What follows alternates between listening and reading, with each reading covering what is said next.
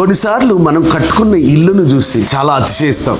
నేను కాబట్టి ఇలాంటి ఇల్లు కట్టుకున్నాను. మన పిల్లల్ని చూసి నా పిల్లలు కాబట్టి, నా కుటుంబం కాబట్టి, లేకపోతే నాకున్న ఆస్తి కాబట్టి, నేను కాబట్టి అని మన అందాన్ని చూసి అతిశయిస్తాం. మనకంటే వెర్రివారు ఇంకెవరు లేరు అనుకోవచ్చు. ఇవన్నీ ఇచ్చిన వాడిని బట్టి కాకుండా మనల్ని బట్టి ఈ లోకంలో కనబడేది అది ఎంత పెద్దదైనా, ఎన్ని కోట్లైనా, ఎంత గొప్పదైనా సరే ఆయన చేసిన త్యాగం ముందు ఇవన్నీ చాలా వ్యర్థం. ఆ సిలువు ముందు ఇవన్నీ వ్యర్థం. ఇవన్నీ పొందుకోవడానికి కారణం యేసుక్రీస్తు వారు మనను బట్టి ఆయన బలియాగముగా అర్పించబడడం. మరి ఆ యొక్క బలియాగాన్ని మర్చిపోయి, ఆ సిలువను మర్చిపోయి అతిశయించడం ఎంతవరకు న్యాయం అంటారు? ఈ రోజు ఒకవేళ మనల్ని బట్టి మనం, అంటే నిన్ను బట్టి నువ్వు నేను బాగా మాట్లాడు నేను కాబట్టి అని అతిశయం నీలో ఉంటే నువ్వు రాంగ్ రూట్ లో వెళ్తున్నావు. సో కాబట్టి దైవజనాంగమా, మీతో ఒక విషయం పంచుకోవాలనుకున్నాను.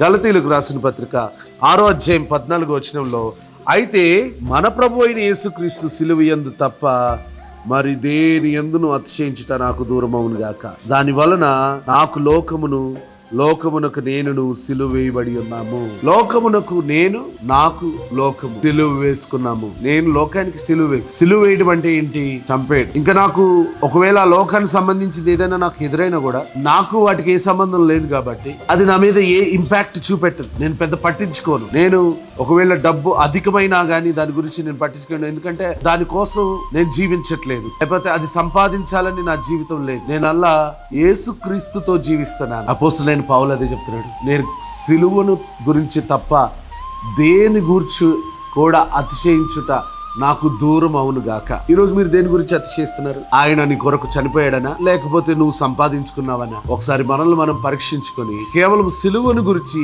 అతిశయించు వారమై ఆశీర్వదించబడదుము గాక. ఆమేన్.